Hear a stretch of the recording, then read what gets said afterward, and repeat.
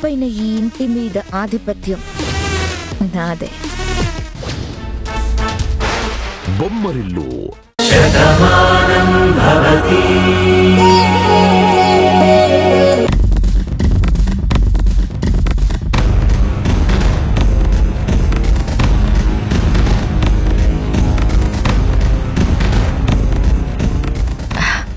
అమ్మా రాధా, నువ్వు మా ఇంటికొచ్చావా?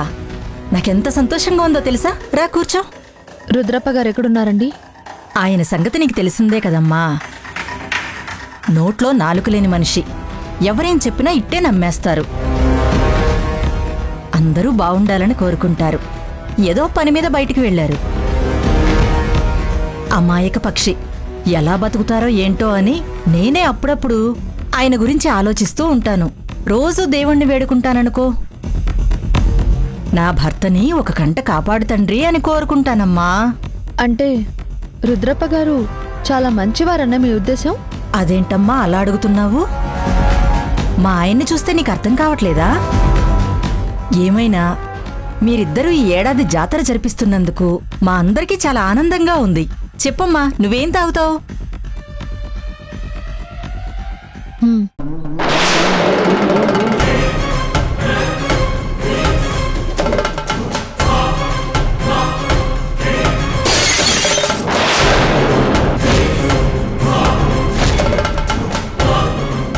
ఒరే సన్నాసి, మనిషిని చంపడానికి గన్న తీసుకురారా అంటే ఇంకెవరికో అప్పగించావేంటి? ఒరే, ఊళ్ళో అందరూ నన్ను అమాయకుడు అనుకుంటారు, చాలా మంచివాడు అనుకుంటారు. మరీ ముఖ్యంగా నా భార్య నన్ను నన్ను ఎంత నమ్ముతుందో తెలుసా? మా ఆయన నోట్లో వేలు పెట్టిన కొరకలేడని అనుకుంటుందిరా. అలాంటి నేను ఒక కిల్లర్నై ఈ ఊరి పెద్ద కుటుంబాన్ని అంతం చేయాలనుకుంటున్నాను. ఎవ్వరికీ తెలియదురా. అలాంటిది ఇప్పుడు నీ వల్ల ఏం జరిగిందో అని నాకు భయంగా ఉందిరా. ఇంకా భయపడ్డావెందుకు? నిండా మునిగిన వాడికి చలేంటని ఈ పాటికి మీ మహత్యం ఈ ఊరు మొత్తం తెలిసిపోయి ఉంటుంది. ఇంతకీ ఆ గన్నెవరు తీసుకున్నారో ముందు అది తెలుసుకోండి. చెప్పరా, చెప్పు. ఆ గన్నెవరు పట్టుకెళ్లారో చెప్పు. ఆడపిల్ల చేతిలో గన్నుందని పారిపోయి వచ్చానని చెప్తున్నా కదా, చెప్పు. ఆ పిల్లెవరో చెప్పు. నాకేం తెలుసన్నా, నాదేమని ఈ ఊరా? ఆ అమ్మాయిని చూడగానే అమాయకంగా కనిపించింది, కానీ తర్వాత బాగా దబాయించింది. చాలా గట్టి మనిషి అనిపిస్తోందన్నా. అందుకే భయమేసి పారిపోయిచ్చాను.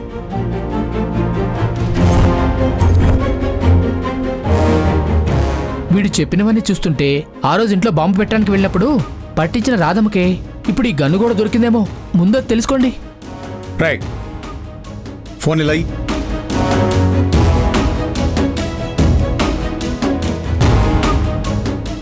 ఈ అమ్మాయి కాదు కదా?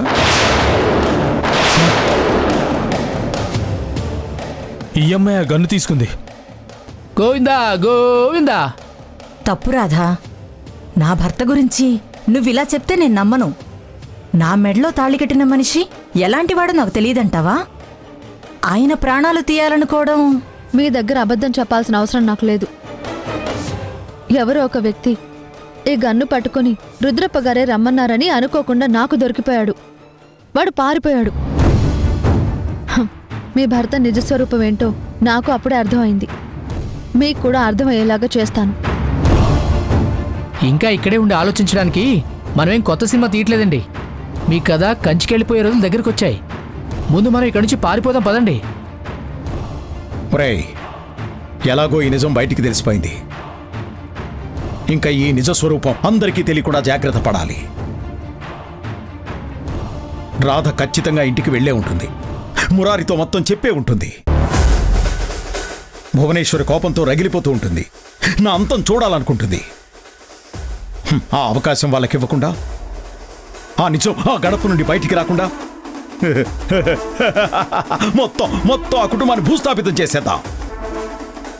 ఎస్, నా పగకి ఈ రోజుతో ఫుల్ స్టాప్ పెడతాను.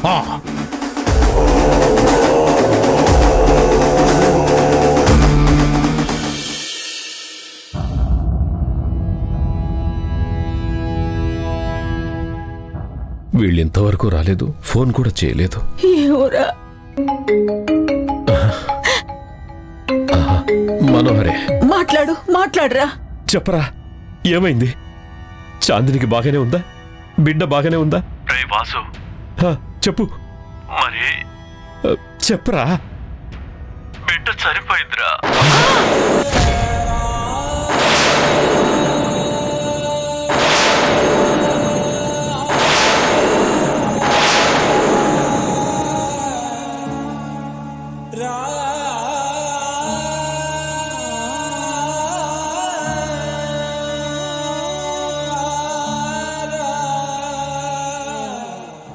ఏంట్రా నువ్వు చెప్పేది? నమ్మలేకపోతున్నా. నువ్వు నమ్మలేనంత మాత్రాన నిజం అబద్ధమైపోదురా. మన కలలన్నీ కన్నీళ్లుగా మారిపోయాయి. మళ్ళీ రాము చాందిని కొడుగ్గా ఇంటికొస్తాడని ఎంతో ఎదురు చూస్తున్నాం. ఆ ఆశలన్నీ అడియాశలైపోయాయి. నా కూతురికి అమ్మతనం నిలవలేకపోయిందిరా. కడుపులో ఉన్న బిడ్డ ఇక లేడు అని డాక్టర్లు చెప్పేశారు.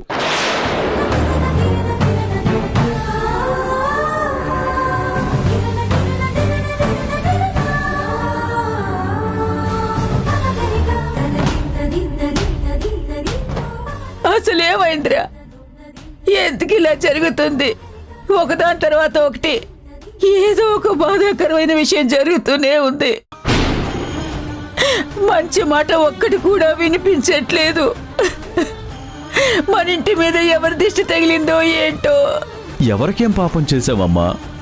ఎవరికేం అన్యాయం చేశావమ్మా? చేతనైనంత వరకు అందరికీ సహాయమే చేశాం. కానీ ఇలా ఎందుకు జరుగుతుందో నాకైతే అర్థం కావట్లేదురా వాసు.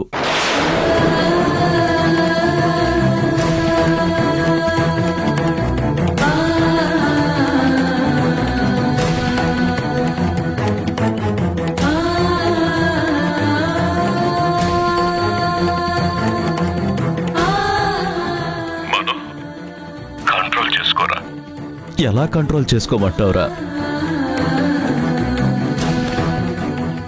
నా చిన్నప్పటి నుంచి నువ్వు నేను కలిసే పెరిగాం. ఎప్పుడైనా ఎవరికైనా అన్యాయం చేశామా?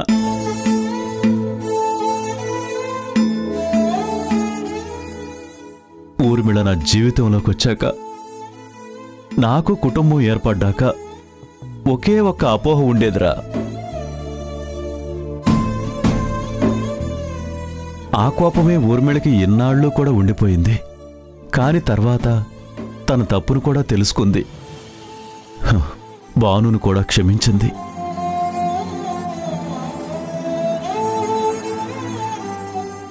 అది పొరపాటు వల్ల జరిగిందే తప్ప కావాలని చేసింది కాదు కదా. అప్పుడు భాను కార్చిన కన్నీళ్లే నా ఇంటికింత శాపంగా మారాయా?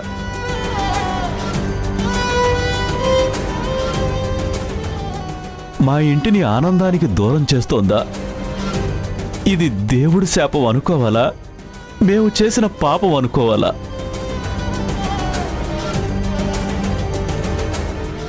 ఏమనుకోవాలో కూడా అర్థం కావట్లేదురా. ఏం చేయాలో కూడా తెలియడం లేదు.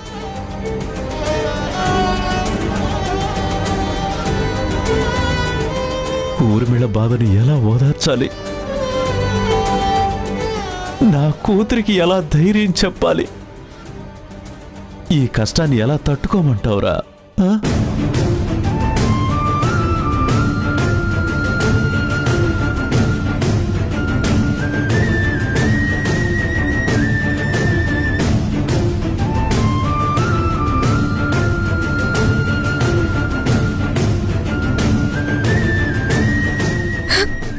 ఇది నీకు ముందే తెలుసు కదా పార్థు. నాకు ఇలా జరుగుతుందని, నేను అమ్మతనానికి దూరం అయిపోతున్నానని నీకు ముందే తెలుసు కదా. నాకెలా తెలుస్తుంది చంద్రి? నేనెలా ఊహించగలుగుతాను? అయినా ఇలా జరగాలని నేను కలలోనైనా అనుకుంటానా? లేదు, నీకు ఖచ్చితంగా తెలుసు. అందుకే కదా ఆపరేషన్ థియేటర్లోకి నన్ను తీసుకెళ్తున్నప్పుడు ఐఎమ్ సారీ అన్నావు. అప్పుడది అర్థం కాకపోయినా ఇప్పుడు తెలుస్తోంది. అన్నయ్య నా కడుపున పుడతాడని అమ్మ ఎంతో ఆనందించింది. నేను తల్లిని కాబోతున్నానని ఎన్నో కలలు కన్నాను. కానీ ఇలా కన్నీళ్లు మిగులుతాయని, నా బిడ్డని కళ్ళారా చూసుకునే భాగ్యం నాకు ఉండదని నేను ఊహించలేకపోయాను. అయినా నాకెందుకు ఇలా జరుగుతుంది? నేనేం అన్యాయం చేశాను? నేనేం తప్పు చేశాను?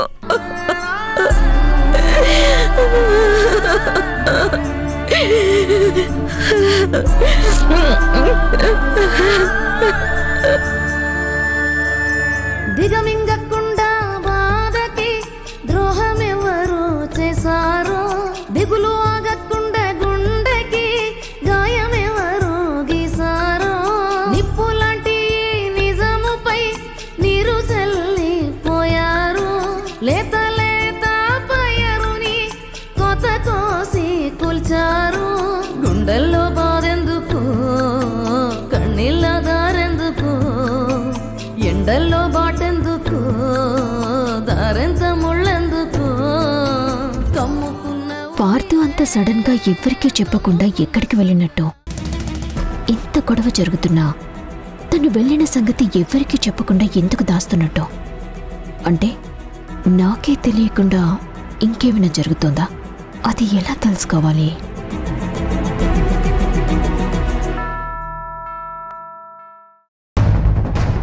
రాధా, రాధా, రాధా. అమ్మా, కిట్టయ్య, రాధెక్కడుంది? నేను చూడలేదమ్మా. కల్కి, నువ్వేమన్నా చూసావా? లేదత్తయ్య, నేను ఇప్పుడే బయట నుంచి వస్తున్నాను. ఏంటి అందరూ అదోలా ఉన్నారు? ఏమైంది? రాధమ్మగారు కనిపించడం లేదు. ఎక్కడికి వెళ్ళిందని పెద్దమ్మగారు అడుగుతున్నారు.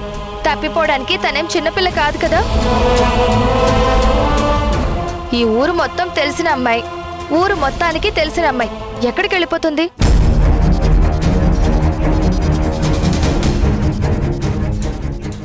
ఏంటి రుద్రప్ప ఇలా వచ్చావు? అతనెవరు? చెప్తానండి, మొత్తం చెప్తాను. కాకపోతే ఈ ఊళ్ళో మీరెంత గొప్పవారో నేను కూడా అంతే గొప్పవాడిని కదా. మీకు 100 ఎకరాలున్నాయి, నాకు 100 ఎకరాలున్నాయి. మీకు ఆస్తులున్నాయి, నాకు ఆస్తి ఉంది.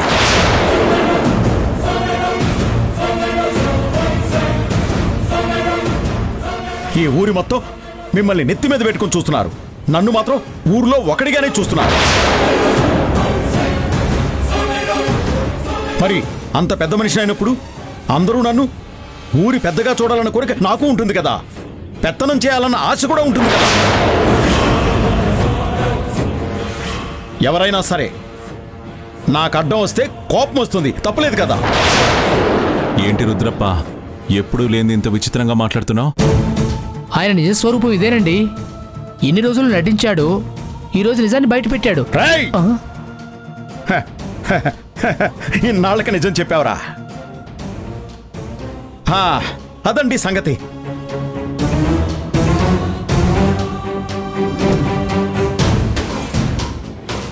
మరి నా తప్పులేదు కదా. నా ఆశకు అడ్డొచ్చిన వాళ్ళని తప్పించేయాలనుకోవడంలో తప్పులేదు కదా.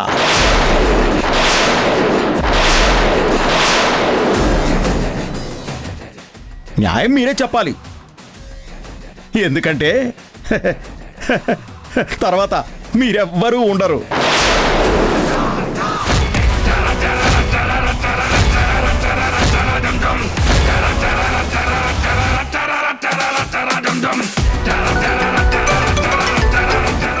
అయ్యగారు, అమ్మగారు ఫోన్ చేస్తున్నారు. శుభం. మంచి పని మీద బయటికి వెళ్ళేటప్పుడు ఇల్లాలు ఎదురొస్తే ఆ పని జయమవుతుంది అంటారు. అలాగే నా ఆశ నెరవేర్చుకోవాలనుకున్నప్పుడు ఇల్లాలి ఫోన్ వచ్చినా కూడా పనిలో విజయం సాధిస్తానన్న నమ్మకం ఉంది.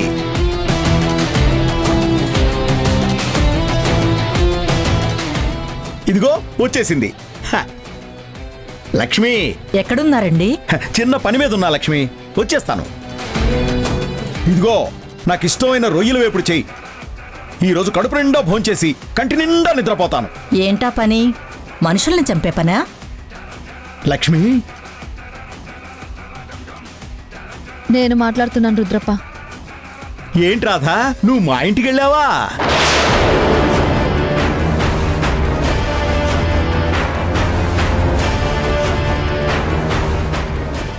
నాకు తెలుసు రుద్రప్ప, నీ మనిషి నీకు నిజం చెప్పే ఉంటాడని. నువ్వు ఖచ్చితంగా ఇంటికి వెళ్తావని కూడా నాకు తెలుసు. అందుకే నేను మీ ఇంటికి వచ్చాను. నీ మనిషి తీసుకొచ్చిన గన్ను నా చేతిలో ఉంది. ఆ గన్ను ఎదురుగుండా నీ భార్య ఉంది. వద్దు, నా లక్ష్మి నేను చేయొద్దు.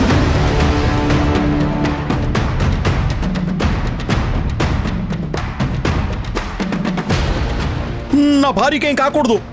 చూడు రుద్రప్ప, ఇన్నాళ్ళు నీ వినయాన్ని అందరూ నమ్మారు. నువ్వు మంచివాడు అనుకున్నారు. నీ నిజస్వరూపం ఏంటో ఈరోజు నాకు తెలిసింది. అక్కడ వాళ్ళకేమైనా జరిగిందంటే ఇక్కడ నీ భార్య బ్రతకదు. పొరపాటున నువ్వు పారిపోవాలని ప్రయత్నిస్తే నీ భార్య పోలీసులకు దొరుకుతుంది. నువ్వు చేసిన తప్పులన్నీ ఆ పెద్దావిడ ముందు, మురారి గారి ముందు ఒప్పుకోవాలి. అప్పుడే నువ్వు తాళి కట్టిన నీ భార్య ఇక్కడ ప్రశాంతంగా ఉంటుంది. అలాగే, నువ్వేం చెప్పినా చేస్తాను. వద్దు, ఇదిగో నా భార్య నేను చేయొద్దు. నా లక్ష్మి అంటే నాకు చాలా ఇష్టం. నువ్వు ఎలా చెప్తే అలాగే చేస్తాను.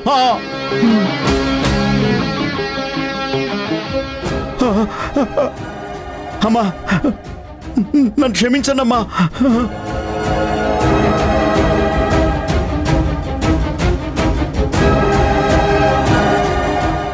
ఆర్తనాదాలు కూడా ఎవరూ పట్టించుకోలేని ప్రదేశంలో వాళ్ళని చంపండ్రాని మిమ్మల్ని పంపిస్తే చవటల్లా మురారి చేతిలో దెబ్బలు తిని నా ముందు నించున్నారు. ఇద్దరు మనుషుల్ని చంపలేని మీరు పెద్ద రౌడీలు, మీకో పేమెంట్.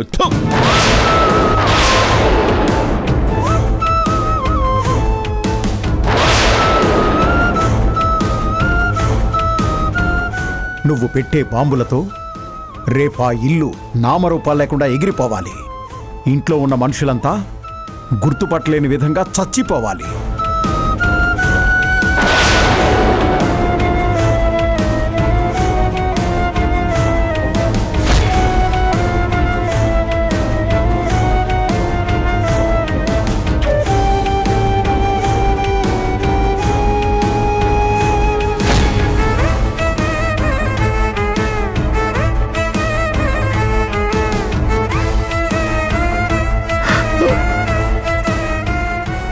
నన్ను క్షమించండమ్మా. ఈ ఊరి మీద అధికారాన్ని సాధించాలనుకున్నాను. నన్ను అవమానాల పాలు చేసిన మీ అందరినీ చంపేయాలనుకున్నాను. నన్ను మన్నించండమ్మా, మన్నించండి.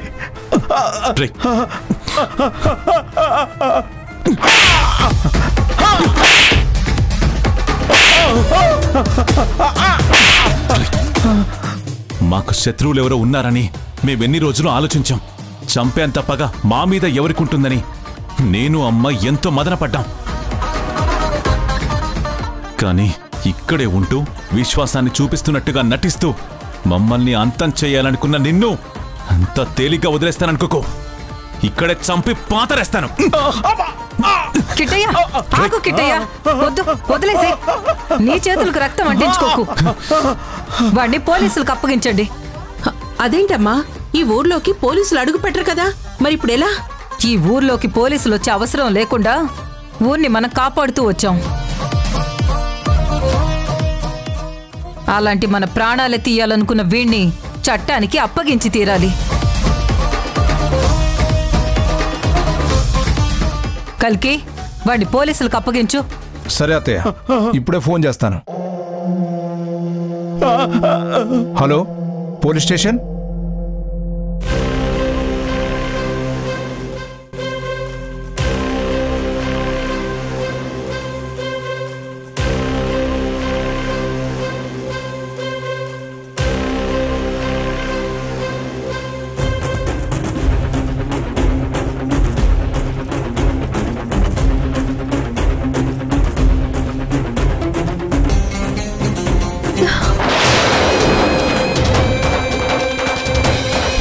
రాధా అయ్యో ఏమైంది అమ్మా రాధా రాధా ఏమైంది రాధా?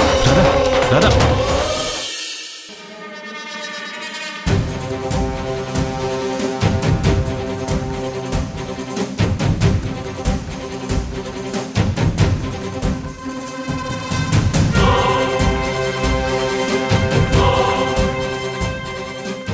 జ్యోతి వేడిగా పాలు తీసుకునిరా, తనకి టాబ్లెట్స్ వేయాలి. అలాగే అమ్మగారు. త్వరగా. ఏంటి కల్కి, రుద్రప్పని పోలీసులకు అప్పగించావా? అప్పగించాను అత్తయ్య. వాడు చేసిన అరాచకాలు కూడా చెప్పాను. మొత్తం ఎంక్వైరీ చేసి వాడికి తగిన శిక్ష పడేలా చేస్తామని పోలీసులు కూడా చెప్పారు. ఇంకా ఈ ఊళ్ళో ఎలాంటి భయమూ లేదు. మనకున్న ఒకే ఒక్క శత్రువు జైలు పాలయ్యాడు. ఎన్ని రోజులు మన మధ్య ఉంటున్నా మనం తెలుసుకోలేకపోయాం. రాధ ఎంతో ధైర్యం చేసి మన శత్రువుల్ని మనకు పట్టించింది. ఆ రోజు తను ప్రాణాలకి తెగించి మన ప్రాణాలు కాపాడింది. పాపం అప్పుడే తన గతం మర్చిపోయింది. మళ్ళీ ఇప్పుడు తనే ఈ ఇంటిని నిలబెట్టింది. చూడు రాధా, నువ్వు వట్టి మనిషివి కాదు. కళ్ళు తిరిగి పడిపోయావంటే దేనికో అని అందరూ అనుకుంటున్నారు. కానీ కడుపుతో ఉన్నావన్న విషయం వాళ్ళెవరికీ తెలియదు కదా.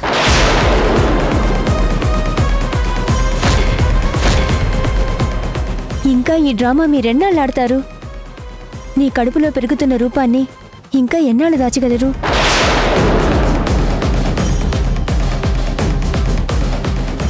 నేనెందుకు చెప్తున్నానో నీకు అర్థమైంది కదా. గర్భవతిగా ఉన్నప్పుడు చాలా జాగ్రత్తగా ఉండాలి. ఎన్నో ప్రికాషన్స్ తీసుకోవాలి.